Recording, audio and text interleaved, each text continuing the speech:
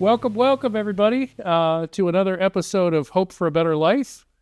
I think we're on episode 9. Isn't that amazing? And we're going to drop back into the text today after spending last episode talking a little bit about the new church as a movement and as a way of viewing and interpreting the Bible and the life of religion. So we've sort of said, here's the larger spiritual context for these teachings, and now we want to get back to the Bible.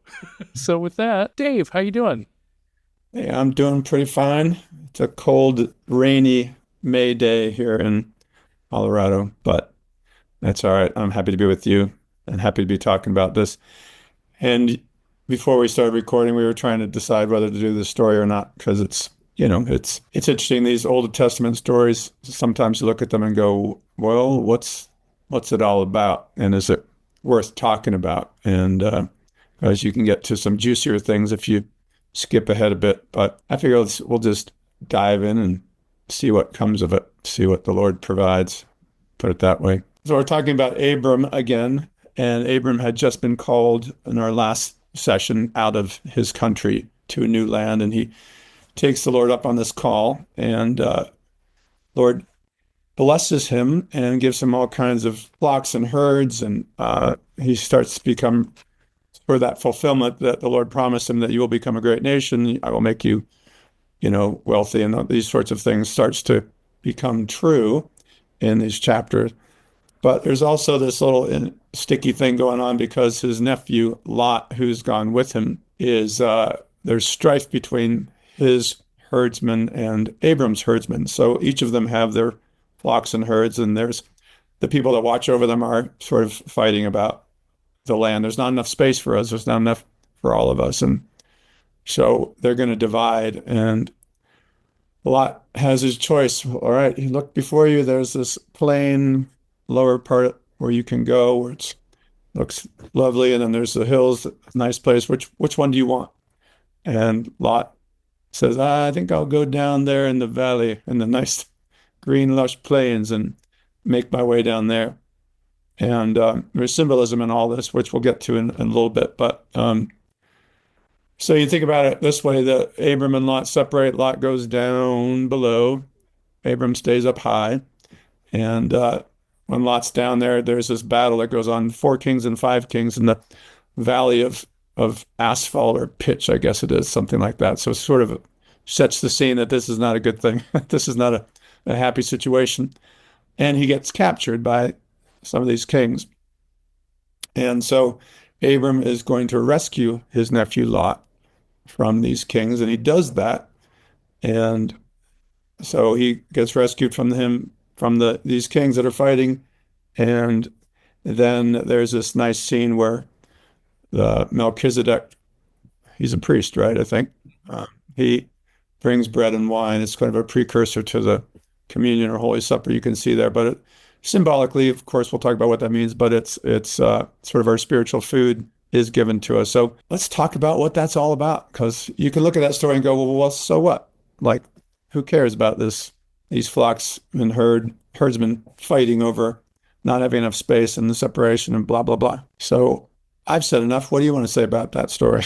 That was such a beautiful way to set the table. I was wondering how I would follow you, and then I was thinking about, the way you described the flocks and the herdsmen in conflict.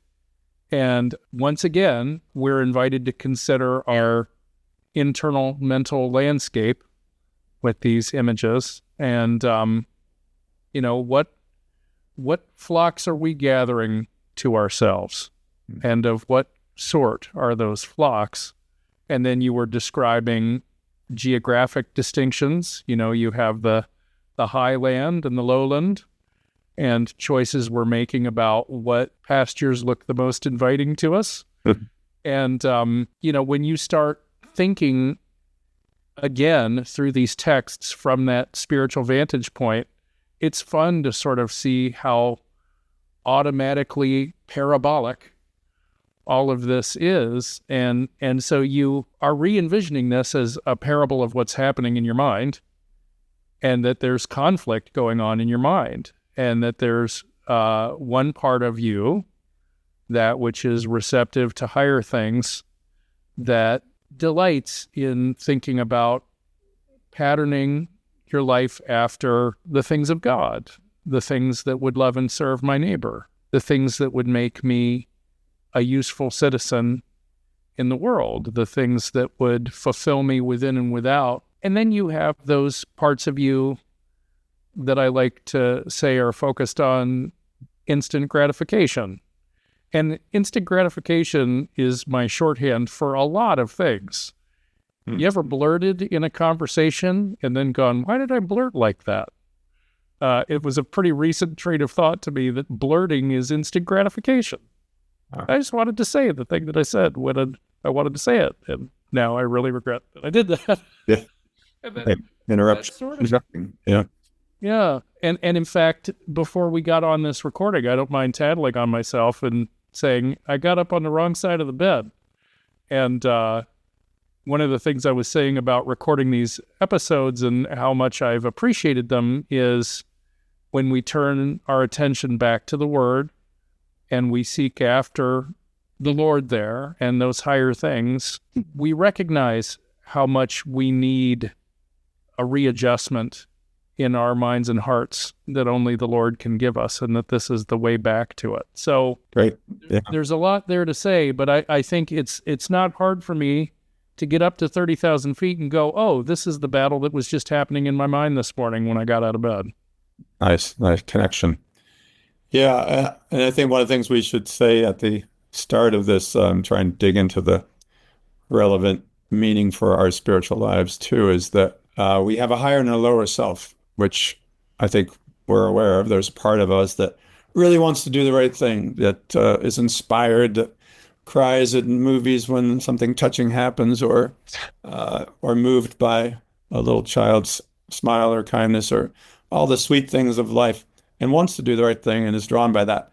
And there's a part of us, the lower self, that is really only interested in self-gratification and often bodily desires being met, and whatever those are, be it hunger, sexual gratification, ego, pride, blah, blah.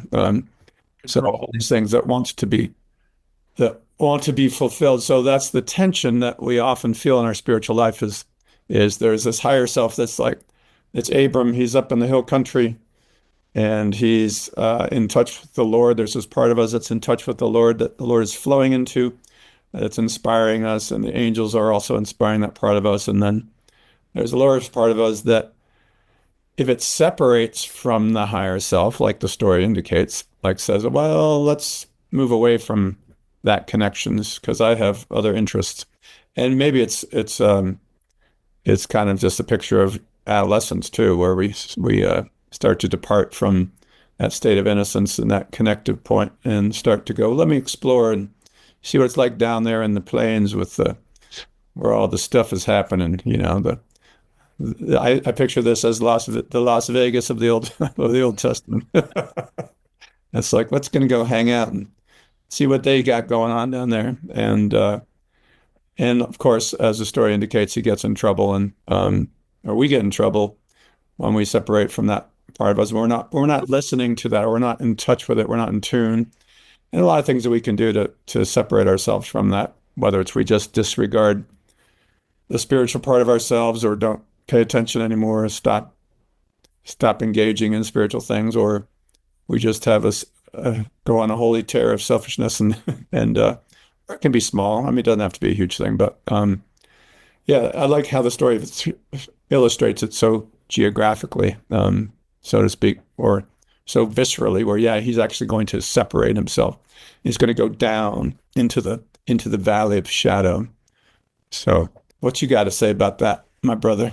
That was lovely, and I was thinking about, the last episode. I think we talked about how we need to come from love, and in church right now here, what we were talking about on Sunday has to do with the Jacob and Esau series. And Jacob is symbol for the head, or the understanding part of our mind. And Esau is a symbol for our passions, which, the native passions before we start seeing and choosing a higher way of life aren't the best thing in the world. So the whole series is about getting the head and the heart connected. And I couldn't help hearing overtones of that same series in this one, speaking of how connected the whole word is. But what came up for me, for some reason, listening to the way you laid that out, was this beautiful teaching that we have in the work Secrets of Heaven that says, where there's friction, there's hope. That's the actual language. And so I was thinking about how challenging some of these Old Testament stories are, right down to their literal imagery. You're like, why are people being mean to each other and going to war all the time and killing and taking, and what's the deal? And I think that the plain answer to that is that that's the story of what's going on in your mind and heart. There is a battle for your life spiritually that's happening right now. Who's going to win? These higher things that the Lord's calling us to, that we might learn to love the Lord and love our neighbor and serve, or that we get what we want, when we want it, how we want it. Thank you very much. Sort of the war in a nutshell. And there are days like this morning where I wake up and feel like, doggone it, I'm almost 50 years old and I feel like I'm losing the war. It's hard. Yeah. Oh, wait, I'm still fighting for something better. I'm still desiring something better. I can trust that the Lord's in that desire, and that just because I'm experiencing conflict does not mean something dire. It actually might mean something hopeful. So anyway, go ahead, Dave. Look like I think it's a really important point because, when we don't care anymore, then we're in trouble. We're going to make mistakes. We're going to backslide. We're going to do things we wish we hadn't done it. But if we do those things and have no regret about it, have no desire to do differently, then I think that's where we got to shoot up a flare and say, hey, I'm in deep doo-doo here because I've lost my care. all fresh out of care, so to speak. But it's interesting because you referred to your sermon on Sunday. My sermon was about God as the God of the hills and valleys, because there's this story about, which kind of ties in here, right? We're talking about hills and valleys, and the Syrians in the Old Testament fought against the children of Israel, and they lost to them, and they figured among themselves, well, their God is a God of the hills, and since we fought them in the hills, that's why they won. But if we fight them in the valleys, then we'll be able to defeat them. So they made this big plan to fight them in the valleys, and it says the hills are just full of these Syrian soldiers. Like, you can picture millions of them or hundreds of thousands of them, and it says the children of Israel are like a couple of flocks of little goats there in the valley. But the war started, and the Israelites decimated the Syrians in this story. And it's not like I'm celebrating that, but I am, because it's a spiritual story. It's not about the destruction of people. It's about how our enemies, the things that we fight against in our spiritual life, selfishness, hate, etc., racism, anger, pride, those things need to be defeated. And that's why, as you talked about, there's so much conflict in the Bible.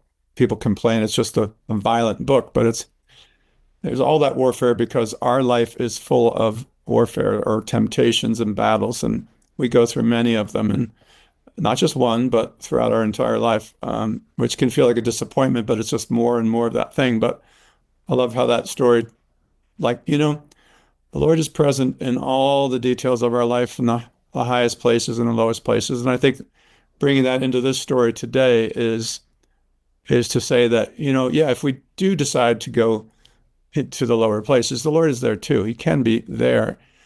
But he's present in order when we do things in an orderly manner, not when we do things in a reckless way that disregards the commandments or disregards what's good and just or disregards other people's feelings or sense of self. And so anyway, I just had to throw that in because you reminded me, oh yeah, I just preached on something that might be actually relevant to this.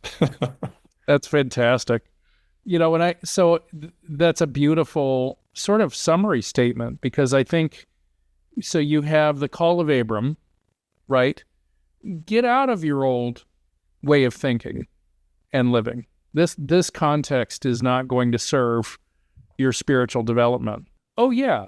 But in order to do that, you have to recognize that you have an inner self in Abram and an outer self, a lot, that are not aligned, and that there is a different set of desires that each of these parts of us is prone to. And I suppose we haven't really spelled this out, so I'll take a little sidestep here and say, it talks about the internal person in our theology being more receptive to influences coming to us from a heavenly place. They're atmospheres of love that we're capable of receiving and responding to when we're more in that higher way of thinking.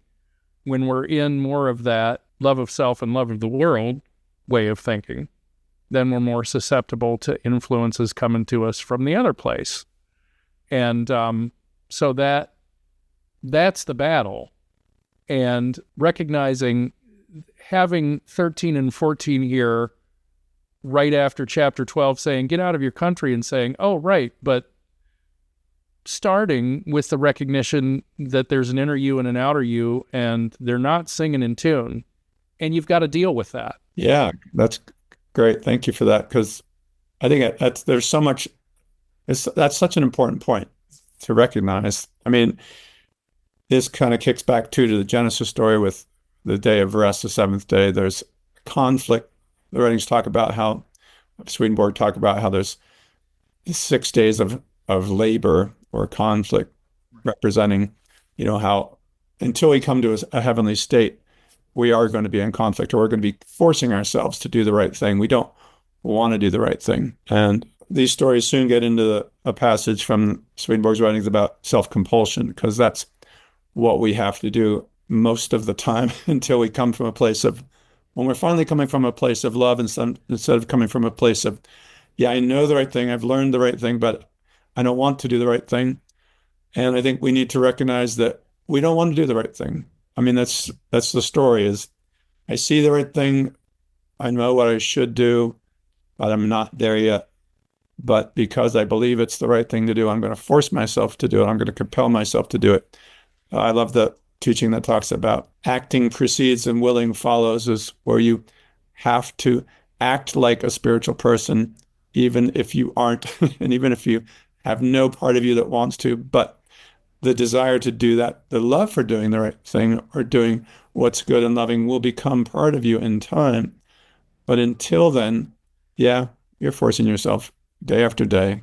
Get up and not be a jerk today is the number one goal. Today I will work hard not to be that part of me that is not very kind. I'll be the part of me that knows I should be kind, and I'll pretend. I'll fake it till I make it, sort of thing. Right. Yeah, that which for me connects to the idea that if again you're thinking of Lot as our outer life, our outer self, Abram needs to go rescue Lot. It's only the Lord working in connection with our inner self that can rescue us from the desires of the flesh determining our reality, right? So isn't that amazing that's there? Every once in a while I have to sort of go, right, I'm reading this and it sort of reads like long ago, far away history that, if I'm only thinking about that and all of the litany of names and places, but as I'm reading that, the angels are understanding all of these deeper realities that it's talking about, which has to do with getting our head and heart together, and at the highest level, how the Lord worked to unite the divine and the human within himself throughout his life in the world. And so, this is an old story, and we have a beautiful model for it, that the rescuing of our outer life from having it be determined by the desires of the flesh was what Jesus modeled. He overcame that heredity, that human heredity that he was incarnated with, and what could happen as a result was about what was truly human, which was in relationship to the divine, that uniting could happen. And the corollary for us is, I don't think we're capable of knowing what humanity is without the Lord. And so we spend our life getting these glimpses and then getting in touch with what it means to have a heart and be compassionate and merciful and serving of others rather than just ourselves. And over time, we start to realize, oh, this is the destiny for which I was created. And we start to begin to want to give our life over to that and our will over to that. And, so this is also this story. We have this beautiful teaching that the pattern of the glorification of the Lord was the pattern of the regeneration of the faithful. So this story is talking about how that worked for Jesus, and as a result, how it can work for us. Yeah. Thank you for that. I think one of the beautiful things that comes out of that for me, hearing you talk about that, is that no matter how far down into the valley we go, how far separate we can go, the Abram is still there, or that part of us that's in touch with the Lord. And I think you talked about bringing those two parts of us together, and that's really what our regeneration or our rebirth is about, is trying to have the inner self, the higher self, internal self, and the external self work together as one, instead of being at odds with each other, which much of our life they are at odds with each other, or at least parts of them are at odds with each other. We might have sorted out a particular area of our life, but then another area is in conflict.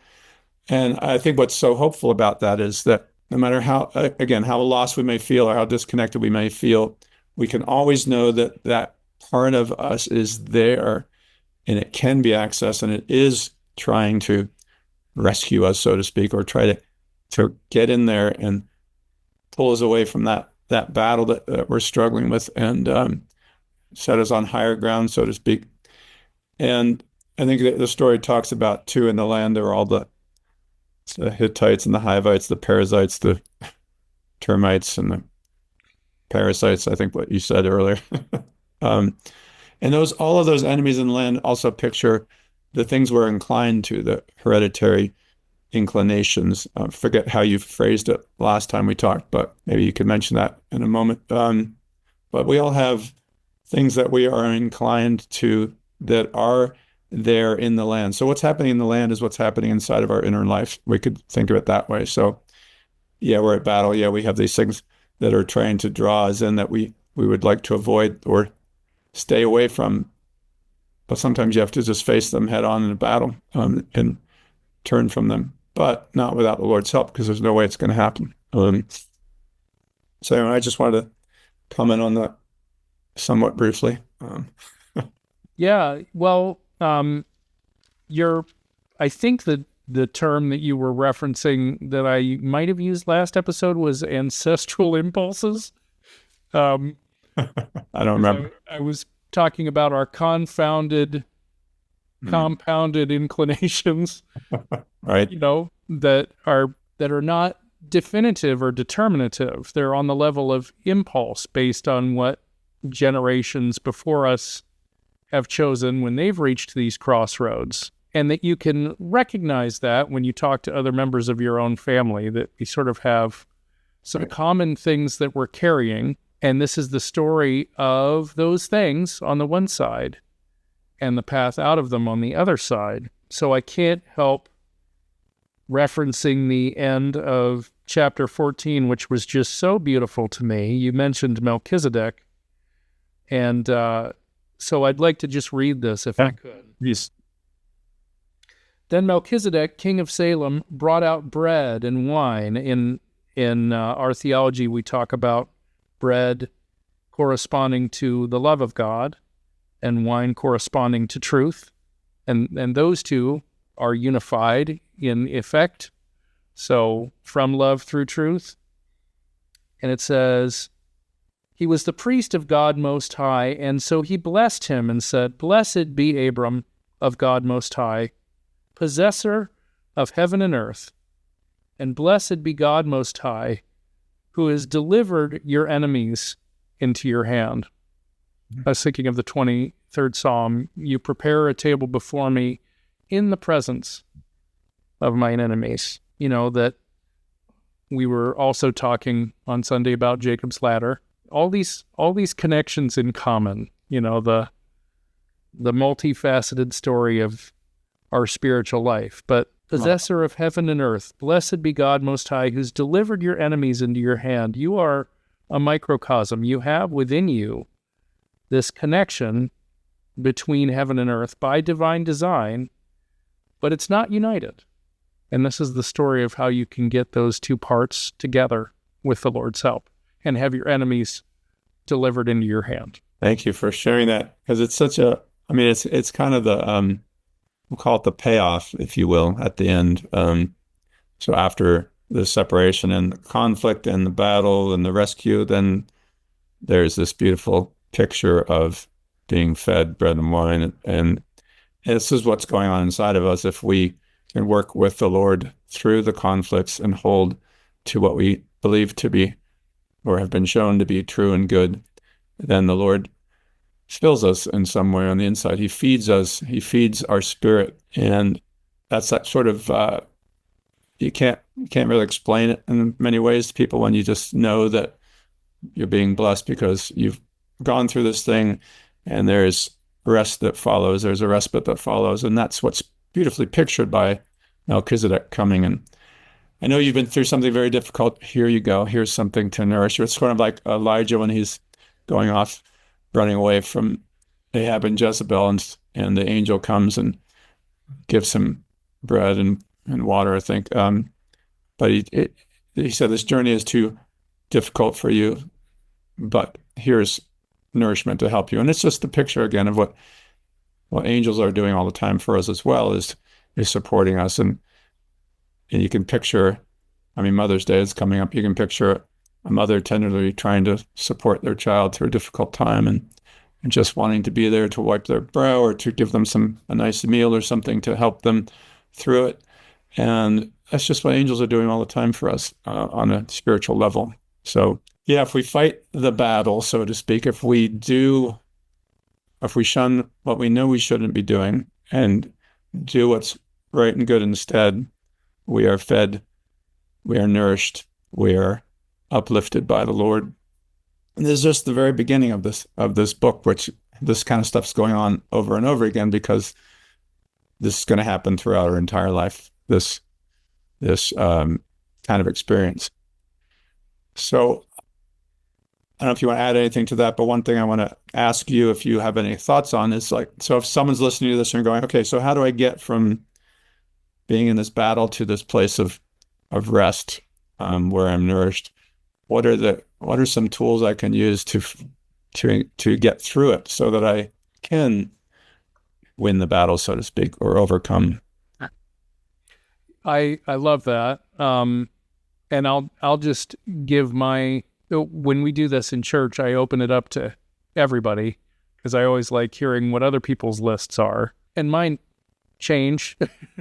Right now, the ones that are occurring to me is how important prayer has been for me right now. And I don't mean kneel down, fold your hands, structure. I mean, that's really good, but that's not the only way to pray. You can pray on your run. You can pray in the car, in traffic. You know, it's the way our theology defines it is speech with God, right? So just opening up your heart about the things that you're struggling with and asking that the Lord be with you in them. The thing that's hard for me is we're also specifically reminded not to pray for external outcomes to things because we don't know how what we're going through right now is contributing to our salvation. Only the Lord does. So it says the person who's inspired prays that the Lord's will be done and not their own. So you open your heart, you share what your struggles are, and you ask for the Lord's will to be done in your life. And so I'll do that. I'll just give voice to and I'll say it out loud while I'm driving in the car. Doggone it, I don't know why I just raised my voice to my wife as I left the house. Lord, help me. Your will be done. That sort of thing. We're in great hiking country around here, and it's not too dastardly hot yet.